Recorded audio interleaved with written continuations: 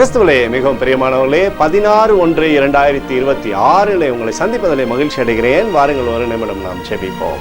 அன்பு தகப்பனே, இன்றைக்கு என்னுடைய பாதுகாப்புக்காய் ஜெபிக்கும்படி என் தேவனுடைய சமூகத்தில் வருகிறேன். என் தேவனுடைய நன்மையானது இவருடைய வாழ்க்கையில் இருக்கட்டும். செல்லக்கூடிய இடத்துலெல்லாம் தேவ பிரசன்னம் இவரை சூழ்ந்து கொள்வதாக. எல்லா விதமான நாசமோச விலைக்கு இவரை நீங்கள் பாதுகாத்துக் கொள்ளுங்க. இப்படி கிருபை இவருடைய வாழ்க்கையிலிருந்து அற்புதத்தை செய்வதாக. இயேசு கிறிஸ்து சிந்தின பரிசுத்த ரத்தத்தை இவர் மீதும் ஒரு குடும்பத்தின் மீதும் செய்கிற சகல காரியத்தின் மீது பூசுகிறேன். ஆகவே இந்த ரத்தத்தினாலே மகிமையிலே ஆசீர்வாதப்படும்படியாக நீர் செய்தருளும்படியாக ஜெபிக்கிறேன். அப்பா, உபாகமம் 7:21 படி உங்கள் தேவனாகிய கர்த்தர் உங்கள் நடுவிலே இருக்கிறார் என்று சொல்லி எழுதப்பட்டிருக்கூடிய வார்த்தையின்படி ஆண்டவரே அப்பா, நீர் இவருக்குள்ளாயிருந்த அற்புதத்தை செய்வீராக.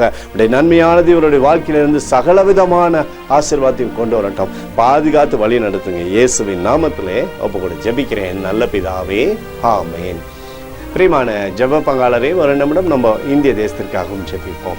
அன்பு தகப்பனே, 16/1/2026 இந்திய தேசத்திற்காக ஜெபிக்கும்படியாய் நம்முடைய சமூகத்தில் வருகிறேன். தேசமானது நன்மை பார்க்கும்படி நீர் செய்தருளும்படி ஜெபிக்கிறபடி கிருபை கோலும் கைத்தடியும் தேசத்தை தேற்றட்டும்.